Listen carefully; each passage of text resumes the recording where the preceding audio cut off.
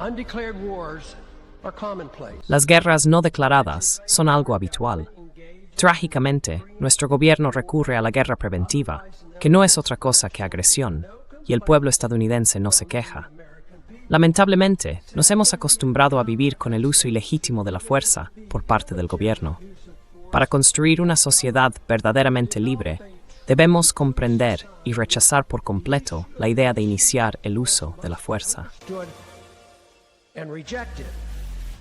What if sometimes to love your country, Y si, a veces, para amar de verdad a tu país, tuvieras que cambiar o incluso abolir el gobierno?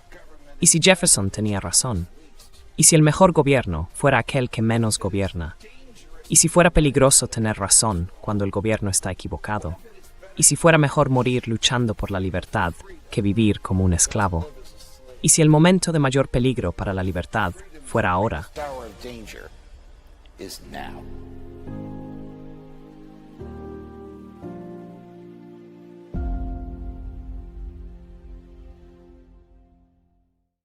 Hi everyone, Judge Andrew Napolitano. Hola a todos, soy el juez Andrew Napolitano, y esto es Judging Freedom. Hoy es jueves, 25 de junio de 2026. Nos acompaña Max Blumenthal. Max, muchas gracias por tu tiempo. ¿Está Israel en pánico por el memorando de entendimiento firmado entre Estados Unidos e Irán? Signed by the United States and Iran. Israel está en pánico por el memorando de entendimiento. Está en pánico por las primarias demócratas al Congreso. Está en pánico por una nueva encuesta de Quinnipiac que muestra que el 48% de los estadounidenses cree que Estados Unidos apoya demasiado a Israel, frente a un 34% que piensa que el nivel de apoyo es el adecuado. Israel también está en pánico porque esa misma encuesta indica que el 66% de los demócratas cree que Estados Unidos apoya demasiado a Israel y solo un 18% considera que el nivel de apoyo es el correcto. Está en pánico por las pérdidas que sigue sufriendo cada vez que intenta avanzar en el sur del Líbano y por las restricciones que ahora afronta bajo el memorando de entendimiento. Y ese pánico se refleja en una especie de colapso general en las redes sociales y en los medios, a través de los distintos portavoces y representantes de Israel. Puede parecer absurdo para el resto de nosotros, pero sugiere que Israel está adoptando una postura más peligrosa, con la espalda cada vez más contra la pared tras el fracaso de la guerra que inició contra Irán.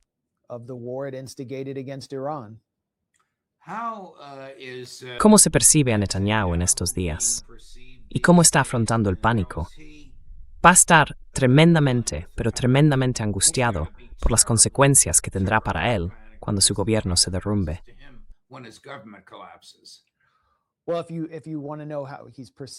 Bueno, si quieres saber cómo se le percibe en Estados Unidos, su nivel de aprobación está en torno al 20%, según esa nueva encuesta de Quinnipiac.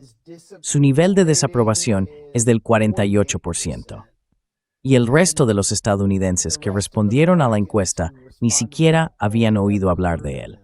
Quiero decir, estamos hablando de un líder extranjero de un estado muy pequeño. Probablemente sea uno de los líderes extranjeros más conocidos en un país donde muchos estadounidenses ni siquiera pueden nombrar tantos países. Así que es bastante significativo que su nivel de desaprobación sea tan alto. En Israel, su desaprobación es extremadamente alta.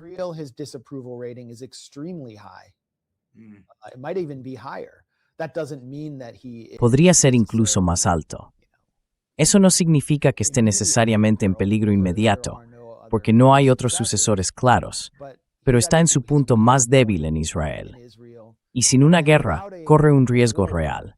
La coalición de Netanyahu iba a caer antes del 7 de octubre, y ahora creo que ha vuelto a la situación en la que estaba antes del 7 de octubre, con el memorando de entendimiento, mientras Israel sigue sufriendo pérdidas en el sur del Líbano. Pero no puede abandonar el sur del Líbano, ni permitir que el ejército se retire, porque ahora es su principal herramienta para bloquear el memorando y deshacerlo.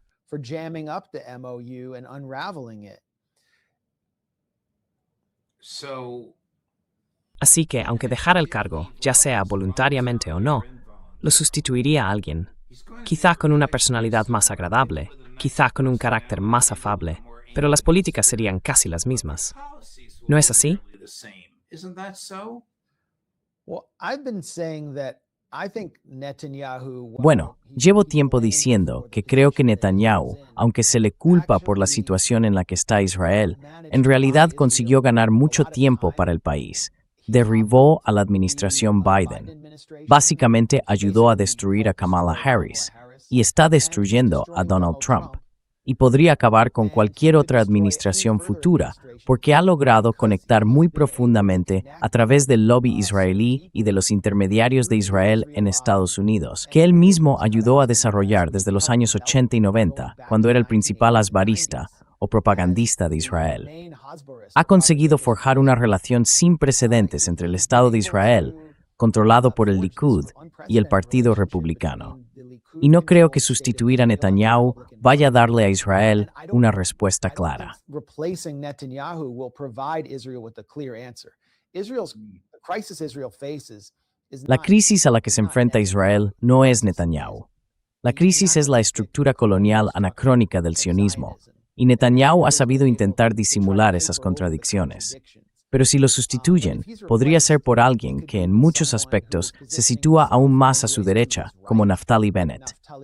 Él viene del partido Likud, es una de las pocas figuras que habla inglés con fluidez, aspira a ser primer ministro y de hecho se crió en California. Está muy vinculado al sector tecnológico israelí, pero también muy alineado con el movimiento de los asentamientos. Y hace poco atacó a Netanyahu por no ofrecer suficiente apoyo para desestabilizar Irán desde dentro, diciendo que él sería una figura más eficaz para provocar un cambio de régimen en Irán. to generate regime change in Iran. And then to Netanyahu's left, you have someone like Gabi Ashkenazi. Y luego, a la izquierda de Netanyahu, está alguien como Gabi Ashkenazi, que es el autor intelectual de la llamada doctrina Dahiyya, basada en el uso desproporcionado de la fuerza y en atacar a civiles. Él dirigió la ofensiva israelí de 2006, que destruyó el sur de Beirut, el barrio conocido como Dahiyya. Gabi Ashkenazi también fue el responsable de la ofensiva de 2008 y 2009 contra la Franja de Gaza, la Operación Plomo Fundido. Así que sí, él representa al centro-izquierda. Y luego están otras figuras, como Benny Gantz, que quizá no sea tan popular, pero fue el autor de la ofensiva de 2014 sobre Gaza, y que incluso hizo campaña presumiendo de cuántos, entre comillas, terroristas había matado allí. Así que no va a haber una solución para Israel después de Netanyahu. Si acaso, habrá una figura menos reconocible, con menos vínculos con el Partido Republicano o el Demócrata, pero al menos tan fascista como lo fue Netanyahu. Will be at least as fascist as Netanyahu was. ¿Se ha derrumbado el sueño colonial y de apartheid israelí de un gran Israel? Collapsed. Yeah, I mean, what the apartheid colonial dream was. Sí, quiero decir, el sueño colonial del apartheid fue expresado y resumido con mucha claridad por Ehud Barak, que era una especie de pilar del Partido Laborista. Sucedió a Yitzhak Rabin antes de convertirse en uno de los asociados más cercanos de Epstein.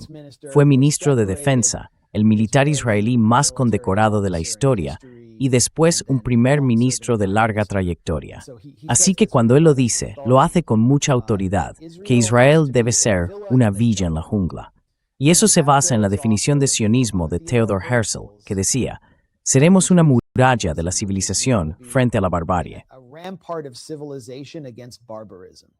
And so the idea there is that La idea entonces es que Israel ofrecerá a una clase de judíos que se establezcan en sus fronteras indefinidas y militarizadas un nivel de vida propio del primer mundo, en el que disfrutarán de una seguridad total.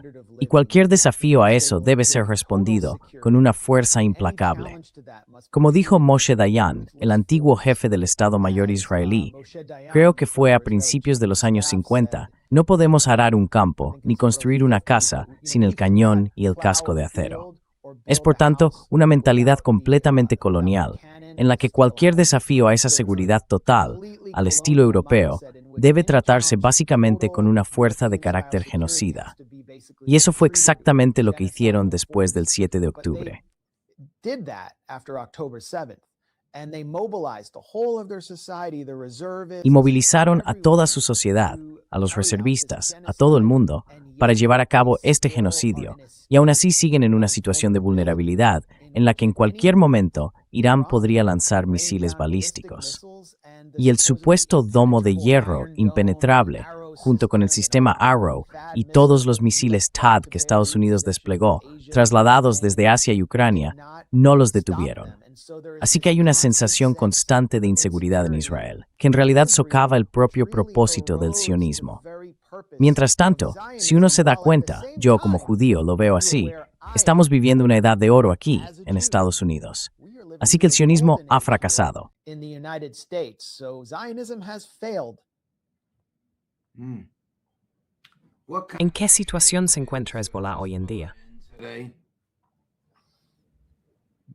Hezbollah has proven to be extremely resilient. Hezbollah ha demostrado ser increíblemente resistente y ha logrado darle la vuelta a la situación frente a Israel con sus drones FPV, que han declarado como venganza por los ataques de los buscapersonas. Aquel ataque fue, psicológicamente, uno de los golpes más duros que Hezbollah ha sufrido jamás. Y ahora han tomado esta tecnología barata y la están usando para golpear posiciones israelíes en todo el sur del Líbano, sin que Israel tenga una respuesta efectiva.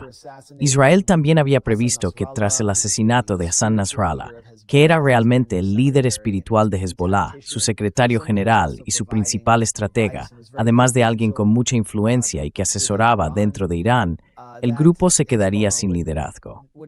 Pero el nuevo secretario general, Naim Qassem, ha demostrado ser una figura con fuerza propia. Y creo que tanto él como el arsenal de Hezbollah fueron claramente subestimados.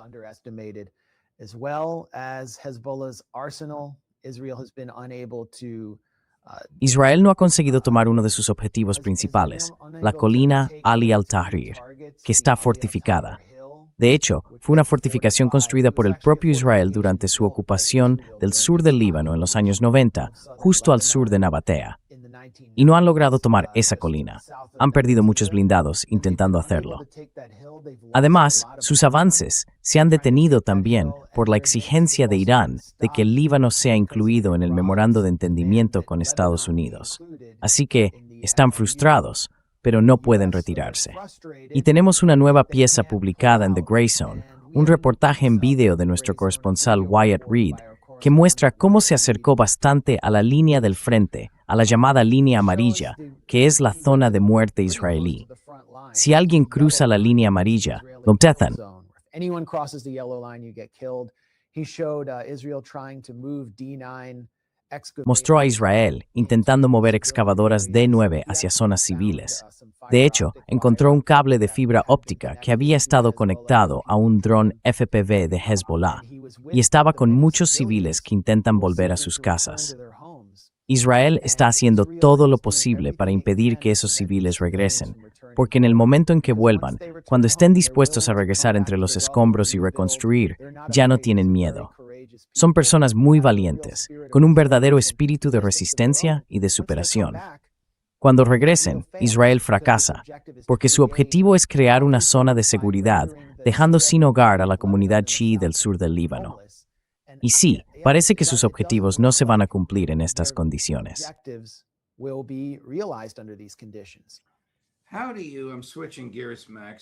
¿Cómo interpretas, cambio de tema, Max, las recientes primarias de Nueva York, en las que progresistas muy comprometidos derrotaron a demócratas liberales del ala más tradicional, incluida la derrota de un congresista en ejercicio, Dan Goldman, que es judío, a manos de una candidata progresista que también es judía?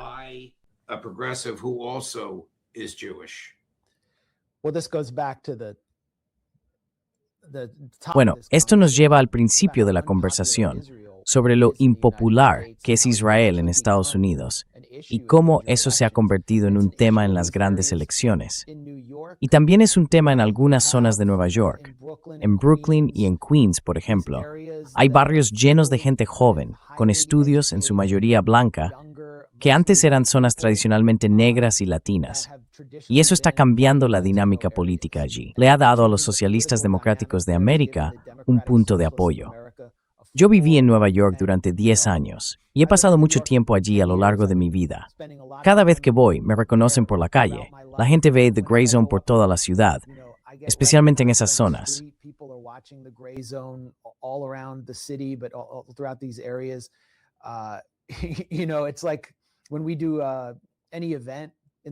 Es como cuando organizamos cualquier evento en el área de Nueva York. Se llena. Allí hay un nivel muy alto de conciencia política y un rechazo claro al establishment político. Pero también es importante mencionar a una candidata como, ¿cómo se llama? Daria Elizabeth Chevalier.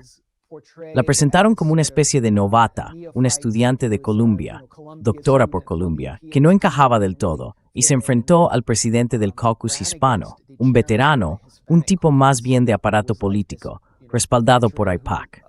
Sus oponentes decían, solo va a convencer a esos blancos gentrificadores, pero estuvo muy cerca de conseguir la mayoría del voto latino en esa zona, en el Bronx, y también la mayoría del voto afroamericano.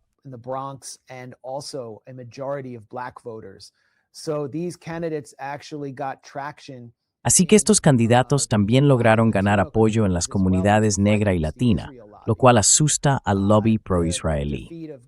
La derrota de Dan Goldman fue aplastante. Este tipo es heredero de la fortuna de Levi Strauss y se presentaba como el mayor progresista. Estaba muy alineado con las causas LGBTQ, con el derecho al aborto y con todo eso, pero en lo referente a Israel era un fascista. Y lo echaron en favor de Brad Lander, alguien que antes era un sionista liberal, pero que ahora ha entendido por dónde sopla el viento y se presenta como un judío no sionista, incluso antisionista. Increíble. Pero esto es algo propio de la ciudad de Nueva York. No diría que sea necesariamente una tendencia a nivel nacional.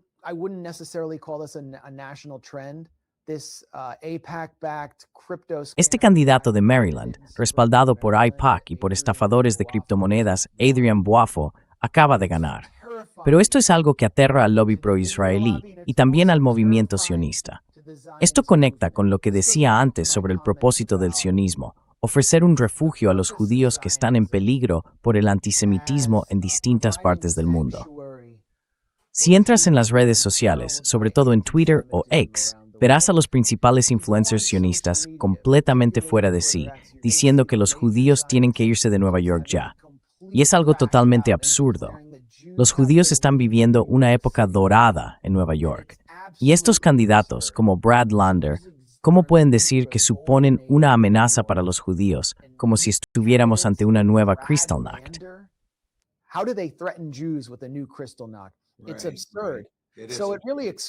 Es absurdo.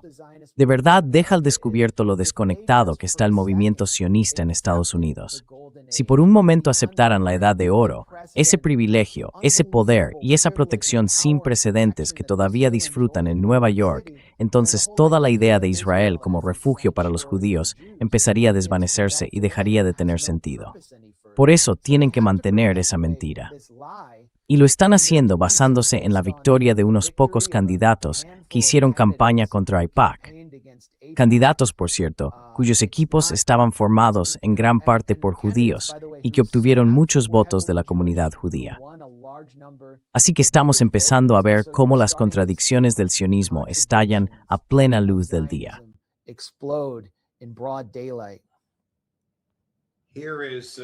Aquí tenemos al príncipe de los sionistas estadounidenses en la Cámara de Representantes de Estados Unidos, que quizás sepa algo, ya sabes.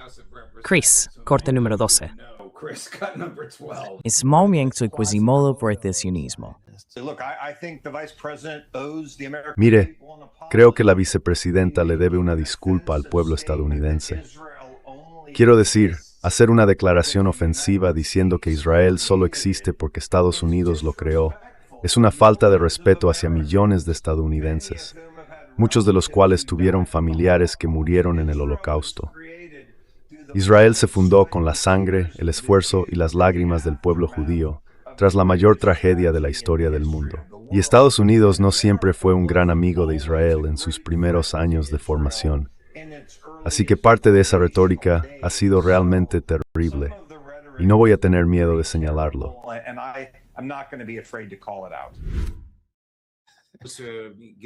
En la versión solo de audio del programa estaba el congresista Randy Fine. ¿Es republicano o demócrata? Well, he's a Republican, and according to his Bueno, bio, él es he's the chair republicano, of the Judea y según su Samaria biografía, Caucus. es el presidente del Caucus de Judea y Samaria.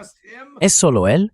Vamos a preguntar, ya sabes, a los estadounidenses que trabajan duro, ¿qué piensan del Caucus de Judea y Samaria? Y si eso tiene algo que ver con lo que pasa en su mesa de cocina. Una vez más, las contradicciones del sionismo están estallando. Él afirma que Israel no necesita a Estados Unidos, que Israel no necesitó a Estados Unidos cuando se fundó en 1948 por las Naciones Unidas, que habían sido impulsadas por los Rockefeller en Nueva York, que esa votación no fue promovida por Estados Unidos, que no hubo que presionar a Harry Truman para que apoyara la creación del Estado de Israel. Estados Unidos, y esto me gustaría escucharlo más, Majority Authority Commissioners como Randy Fine, y emerge no nació Estados Unidos. Randy Fine declare that Israel doesn't need the United States. And then we won't need section 224 of the Y entonces no necesitaremos la sección 224 de la Ley de Autorización de Defensa Nacional, que pide que el ejército de Israel se integre con el de Estados Unidos para darle más tiempo a Israel. Eso permitiría que Israel llegara a infiltrarse en los sistemas de armas estadounidenses y en la base de producción de defensa del país. Es evidente que lo que está diciendo es una muestra de desesperación, mientras J.D. Vance expresa una realidad que todos entendemos, que todo el mundo conoce. Y conviene mencionar que Vance sigue intensificando este discurso basado en la realidad. Tiene una nueva entrevista con alguien llamado Sohrab Ahmari en Unheard, una publicación que ha difundido algunas críticas a Israel y lo recibió en el Air Force 2. Ahmari solía ser un neoconservador, una de las principales voces persas a favor de un cambio de régimen en Irán, y cambió. Se convirtió al catolicismo y pasó a ser un conservador con Todd Stressen a la guerra con Irán. conservative opponent of war on Iran. By hosting Conozco bastante bien a Sohrab. De hecho, el sacerdote que lo convirtió es amigo mío desde hace muchos años. Se convirtió a través del Opus Dei, así que es un católico tradicionalista. No es una persona desequilibrada. He's not a crazy person. Yeah, so this shows that Sí, J.D. Vance esto is muestra que J.D. Vance está movilizando a esas figuras contrarias a la guerra, sobre todo en la derecha, como intermediarios para promover el memorando de entendimiento y que tiene permiso para hacerlo. Otras personas en la Casa Blanca están atacando a los críticos de ese memorando dentro del Partido Republicano y dentro de la propia derecha. Así que parece que Vance va en serio con esto. Y creo que vamos a ver cómo el enfrentamiento dentro del Partido Republicano se intensifica.